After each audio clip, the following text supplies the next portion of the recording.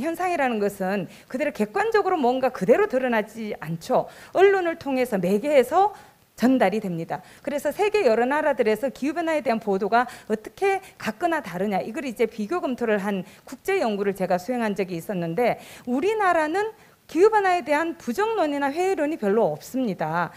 기후와 관련된 징후 이런 것들에 대해서 더 많은 이미지를 가지고 있고, 이것이 나와 어떻게 연결되어 있고 우리 경제에 어떤 영향을 미치고 다른 생물에게 어떤 영향을 미치고 뭐 그런 것에 대해서는 좀 떠올리지를 않더라, 이걸 제가 발견할 수 있었고요. 기사들에서 기후변화에 관련해서 보도를 할 때는 어떤 것을 보도하고 있는가, 무엇에 대해서 주로 보도하고 있는가, 이걸 제가 또 분석을 해봤는데요. 작년에 이제 굉장히 극단적인 기상현상으로서 장마가 있었기 때문에 태풍도 너무나 여러 차례 왔습니다. 그래서 장마가 시작하는 날부터 태풍이 끝나는 날까지 그것만 이제 뽑아서 조사를 해봤는데, 가장 많이 보도하고 있는 건 현상입니다. 어디에서 피해가 얼마가 있더라, 무슨 일이 벌어졌더라.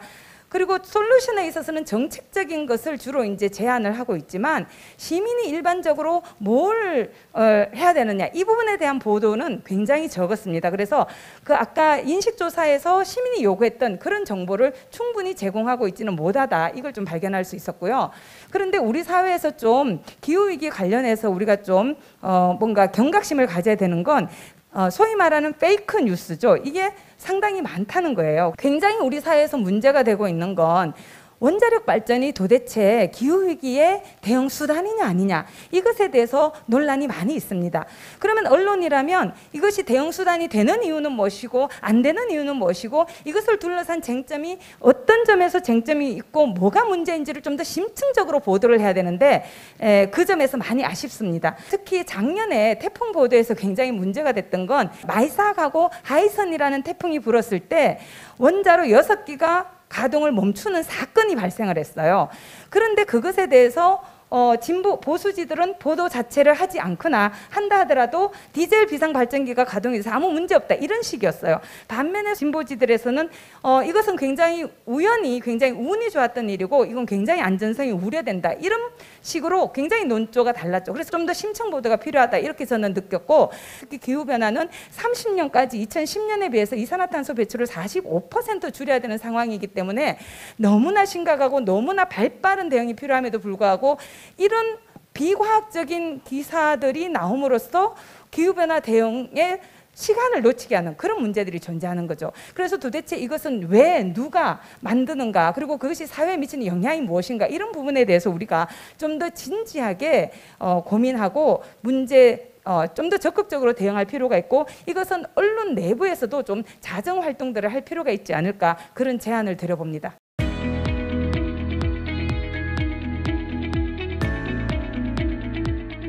지난달에 EU에서 정책이 통과가 되었는데요.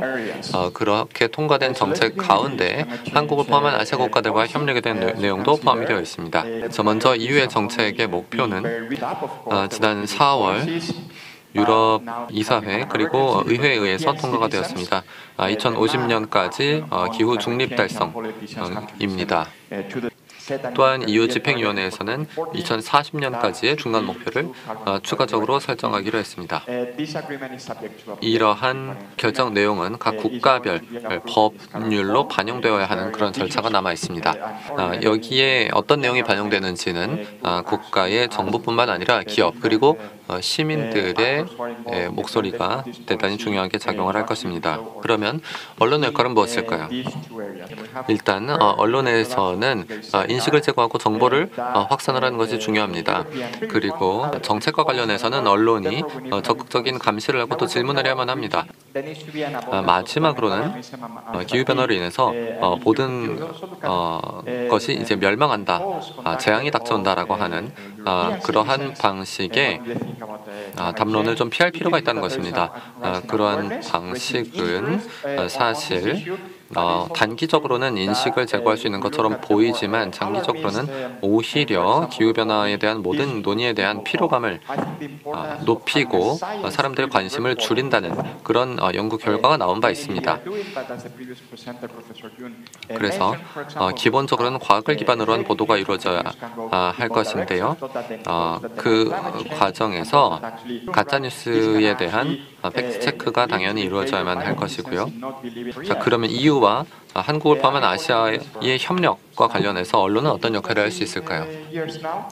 저는 양자 간의 그 협력과 관련한 보도가 한국과 유럽 양측에서 지난 5년에서 10년 사이에 상당히 증가했다고 알고 있습니다.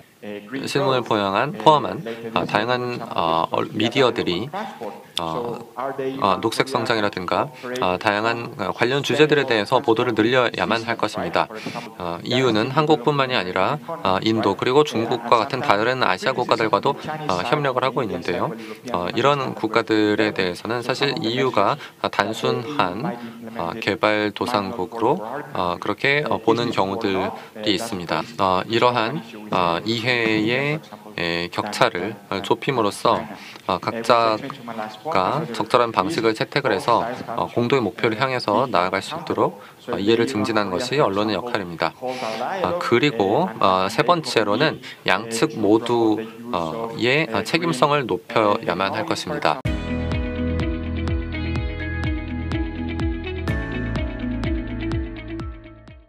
그동안 우리나라가 기후변화 기사가 많지는 않았습니다만 그나마 그래도 이제 과학 측면에서는 어떤 질적으로도 꽤 수준 있는 기사들이 많이 나왔다라고 생각을 합니다. 하지만 이제 정책적인 기사들은 아직 좀 가야 할 길이 많다라고 스스로 생각을 하는데, 정책 측면에서의 기후변화라는 거는 사실 정책은 온 영역에 다 퍼져 있기 때문에 이거를 환경부 기자, 출입 기자 혼자서 다 다룰 수는 없는 거거든요. 예를 들면은 대통령의 넷제로 선언이라든가 이런 거는 청와대 출입 기자가 다루게 되고요. 기업의 ESG 선언은 기업 담당 기자가, 그리고 에너지 정책은 산업부 출입 기자가 이렇게 나누게 되는데, 여기서 이제 한계라는 거는 그 각 출입처에서 우선적으로 추구하는 가치라든가 그 각 출입 기자들에게 기대되는 기사의 내용들이 반드시 환경적인 건 아니라는 거죠. 그리고 또 한 가지가 이제 윤 교수님께서 심층적으로 더 보도를 해야 된다 이렇게 말씀하셨는데, 이제 그러려면 결국은 이 원전을 둘러싼 것들을 정말 객관적으로 과학적으로 이렇게 검증을 해 나가야 되는데, 근데 이게 무슨 전문지라든가 이런 게 아닌 이상, 일반 독자를 대상으로 하는 이상 그 정해진 지면 안에서 이걸 충분히 쉽게 가독성 있게 풀어낸다라는 게 굉장히 어렵다라는 겁니다. 그래서 제 말씀을 요약하자면 뭔가 이렇게 양적으로 성장을 했지만 이렇게 질적인 성장까지 가기는 아직 갈 길이 멀다. 우리가 기후에 대해서 어떻게 쓰는가를 보았을 때에는 이 양측면을 모두 바라보는 것이 중요합니다. 저희는 네덜란드에서 최초로 환경 분야를 다루는 5명의 기자로 구성된 별도의 데스크를 구성했습니다. 동물복지, 순환경제, 청정 대기, 청정 수질 등과 같은 그런 이슈들을 함께 다루는 그런 데스크입니다. 그렇기 때문에 이 데스크에서 이 기후위기 이슈 역시 매일매일 다루게 됩니다. 그리고 이 이슈가 다른 이슈들과 어떻게 서로 연결되는지를 독자들에게 전달하기 위해서 노력합니다. 자, 예를 들어서 대기 온도 그리고 수온이 올라가게 될 경우에 얼마나 많은 동물 종들이 멸종하게 되는지에 대해서 다루게 되는 것이죠. 즉 기후와 동물 이슈의 그 연관에 대해서 다루는 것입니다. 특히 저희는 네덜란드 내에서 이 기후 위기가 벌써 문제를 일으키고 있는 그런 지역들에 대해서 구체적으로 다루고 있습니다. 또 팩트체크 코너도 함께 운영을 하고 있습니다. 예를 들어서 많은 기업들이 친환경적이다, 기후 중립을 달성하려고 한다 이런 식으로 많이 홍보를 하는데요. 그 과정에서 그린워싱이 발생하지는 않는지, 정말 외부에 발표를 하는 것처럼 잘 하고 있는지, 아니면 여전히 기후에 많은 피해를 입히고 있는지에 대해서 검증을 합니다. 그리고 그런 솔루션들을 가장 최전선에서 제공을 하고 있는 그런 주체들에 대해서 적극 다루기도 했습니다. 지금 잠시 그 특별기획의 그 지면을 보여드렸는데요. 그레타 툰베리가 리드를 했던 청년운동에 대해서도 이 특별기획에서 적극 다뤘습니다. 저는 이러한 측면들을 또한 적극적으로 조명을 하는 것이 언론의 또 중요한 역할 중 하나라 생각합니다. 문제 자체를 진지하게 다루는 것 또한 중요하지만 계속해서 진전이 되고 있는 그런 솔루션을 함께 다뤄야만 할 것입니다. 감사합니다. KBS 이제 환경 스페셜은 전 지구적으로 맞이하고 있는 이제 위기를 목도하면서 이제 기획을 하게 됐습니다. 다시 가뭄과 홍수, 산불, 끊이지 않는 자연재해와 코로나19 등 창고라는 질병으로 지구촌이 위기에 빠진 지금 다시 한번 환경 문제를 깊이 있게 들여다보고 우리 스스로를 성찰해보는 계기를 만들자. 이게 가장 큰 취지이고요. 이렇게 너무나도 거대하고 심각해서 때로는 이제 외면하고 싶고 그런 이제 기후 변화라는 진부한 이슈를 이 시대의 많은 젊은 세대들이 공감할 수 있게 하려면 사실은 흥미롭고 효과적으로 전달하는 것이 또 우리 방송 언론의 사명이라고 생각합니다. 사회적 경제적 정의를 보장하고 지구촌 인구를 안정화시킨다.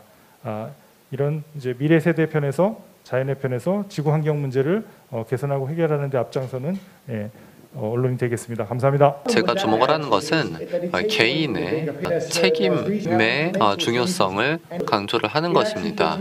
이런 방식으로 최근에 언론들이 많은 기사를 쓰고 있는데요. 사실 이러한 보도 태도에 문제가 있습니다. 왜냐하면 이런 개인들이 할 수 있는 작은 일들, 예를 들어 비행기를 타지 않는다와 같은 것이 실제로 기후 위기를 방지하는 데 있어서 기여할 수 있는 그런 수치가 상당히 낮기 때문입니다. 그리고 더 큰 그림을 바라보지 못하게 만듭니다. 화석연료 산업이 기후 위기의 71%가량을 차지를 한다고 하는데 그런 문제에 대해서 우리가 제대로 바라보지 못하게 만드는 것입니다. 자, 그래서 언론이 기후 위기를 다루는 그런 방식에는 몇 가지 단계가 있다고 저희가 볼 수가 있습니다. 1단계는 일단 기후 위기가 존재하지 않는 것처럼 혹은 별로 중요치 않은 것처럼 다루는 것입니다. 그리고 2단계로 넘어왔을 때에는 이게 문제는 문제지만 개인의 행동, 개인의 책임에 주목을 하는 것입니다. 그리고 이제 3단계에서는 우리가 2050 넷제로에 대해서 이야기를 하고 있는데요. 사실 저는 여기에 함정이 있다고 생각합니다. 넷제로는 실제 탄소 배출량이 제로가 된다는 뜻이 아닙니다. 탄소의 포집 그리고 상쇄가 차지하는 그런 비중이 넷제로에는 너무나 많습니다. 그렇게 하면서 우리를 일종의 그 속임수에 빠지게 만든 것이죠.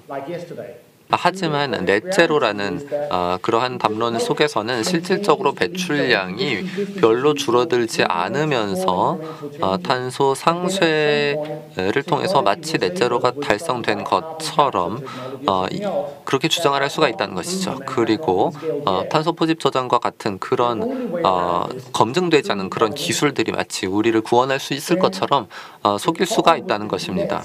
언론의 역할은 이러한 넷제로 담론의 허구성을 밝히는 것이어야만 합니다.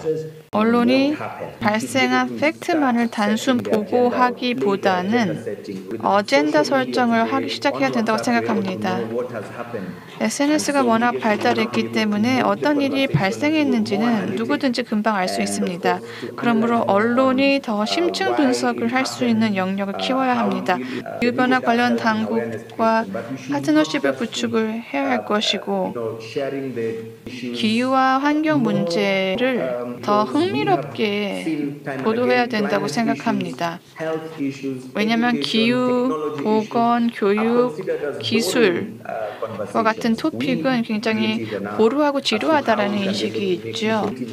어떻게 하면 보다 창의적으로 진 방법으로 이런 사안에 대해서 보도하고 전달할지를 고민해야 할 것입니다. 환경 그리고 기후변화라는 이슈가 더욱더 일면에 많이 다뤄져야만 하고요. 그러기 위해서는 언론인들 스스로가 이 이슈에 대해서 제대로 이해를 하고 있어야만 합니다. 그러면 저희가 루안다에서 이 기후변화 그리고 환경 문제를 어떻게 다루고 있는지에 대해서 그런 말씀을 드리겠습니다. 사실 기후변화에 대해서 직접적으로 다룰 수 있는 역량이 부족한 상태입니다. 언론의 역할은 첫째, 과학을 이해해야 하고요. 스스로. 둘째로는 일반 시민들이 이해할 수 있도록 전달을 해야만 합니다. 사실 중요한 것은 이 기후 변화에 대한 이런 논의가 화려한 어떤 행사장에서만 논의가 되는 것이 아니라 시민들이 제대로 이해를 하는 것이기 때문입니다. 10년 전에 르완다는 비닐봉지의 사용을 금지했습니다. 이러한 조치가 이후에 얼마나 진척이 되고 있는지, 제대로 실행이 되고 있는지에 대해서 추적을 하는 것이 저희는 중요하다고 생각했고, 실제 조사를 해보니 금지 조치 몇 년 이후에 시민들이 다시 조금씩 몰래 비닐봉투를 사용을 하기 시작했다는 것을 알게 되었습니다. 이러한 스토리를 저희가 보도를 하게 되었고요. 이 문제의 해결을 위한 조치들을 정부가 이제 다시 취하고 있습니다. 그래서 언론은 기후변화의 영향을 시민들이 이해할 수 있도록 구체적으로 설명을 해줘야만 합니다. 그럼 이제 발표자 분들로부터 토론자분들의 이제 토론과 질의에 대한 의견과 답변을 받도록 하겠습니다. 저는 이 기후위기에 대해서 보도할 때 너무 공포 프레임으로 하는 것은 적절하지 않다고 생각해요. 그러면 일반 대중은 회피하거나 외면하거나 그냥 무관심해지게 됩니다. 제 그 관찰에 따르면은 사람들은 이 문제를 나의 문제로 받아들이는 게 중요한 것 같아요. 제가 이제 기자들을 대상으로 어디에서 정보를 주로 얻느냐, 한국 같은 경우에 제가 그 질문을 했을 때 많은 기자분들께서 좀 더 공신력 있는 자료를 가지고 해야지 그것이 과학적으로 설득력을 가진다. 그래서 예를 들면 IPCC에서 발간한 자료들이라든지 또는 아주 저명한 국제학술지, 네이처라든지 사이언스라든지 이런 것도 굉장히 중요한 정보원이 되었고요. 그리고 특히 한국의 경우에는 세계 유수 저명 그 언론사의 기사들도 굉장히 중요한 정보원으로 작용을 하더라고요. 그리고 또 전문가를 통해서 정보를 얻고 자료를 얻는 그런 노력들도 많이 하시더라고요. 그걸 하기 위해서는 사실 기자들께서 좀 더 발빠르게 그런 정보를 획득하기 위한 노력을 해주시면 좋을 것 같아요. 기자협회가 존재하고 있고 특히 환경 기자들 모임이 있어서 전문가들하고의 간담회라든지 학습 기회를 좀 가지면 좋을 것 같다는 이런 생각을 하게 됩니다. 에너지 전환 포럼에서는 에너지 전환 아카데미를 운영하고 있는데 기자들을 초청을 해서 강의를 듣도록 그렇게 했거든요. 초대를 했거든요. 그래서 이런 그 전문성을 강화하려는 노력도 저는 필요하다고 생각을 해요. 윤순진 교수님께서는 희망적인 메시지를 전달할 필요가 있다고 말씀을 하셨죠. 저는 윤 교수님께서 말씀하신 것처럼 이 기후 변화에 대해서 자칫하면 사람들이 고개를 돌려버릴 수 있는 그런 리스크가 있다고 생각을 합니다. 그리고 김세연 기자께서 언급을 하신 것처럼 사람들이 기후변화는 비상사태가 맞지만 개인의 문제, 자신의 문제로 받아들이는 것이 또 중요하다고 말씀하셨는데요. 언론들이 지역과의 연관성을 강조를 할 경우에 더욱 많은 사람들이 자신의 문제, 개인의 문제로 받아들일 수 있을 것이라 생각합니다. 보도 자체가 사실 적게 되는 그런 문제도 있습니다. 기후변화를 다룰 때 과학적인 그런 기사가 아니라 정치적인 그런 측면에서 다룰 때에는 아직 많은 개선의 여지가 있다라고 하는 언급이 있었는데요. 사실 한국뿐만 아니라 다른 국가들에서도 이 기후변화가 상당히 정치화가 되어 있습니다. 그래서 어떤 기후변화 정책을 옹호한다라고 했을 때 그것이 이제 정치적으로 해석될 여지들이 있는데요. 이 기후 문제에 대해서 충분한 교육과 또 훈련을 받은 그런 언론인들의 역할이 더욱더 중요할 것입니다. 그래서 정말로 전문성을 가진 그런 인력들이 언론사에 참여를 해서 보도를 이끌어 가야만 한다고 생각합니다. 또한 그와 함께 정치적 문제로 인해서 데스크로부터 자유롭게 보도를 할 수 있어야 할 것입니다. 앞으로 보도 방향에 대해서도 한 번 더 생각하게 되는 그런 토론이었던 것 같습니다. 참석해 주신 분들 모두 감사하고 이것으로 오늘 토론회를 마치도록 하겠습니다. 감사합니다.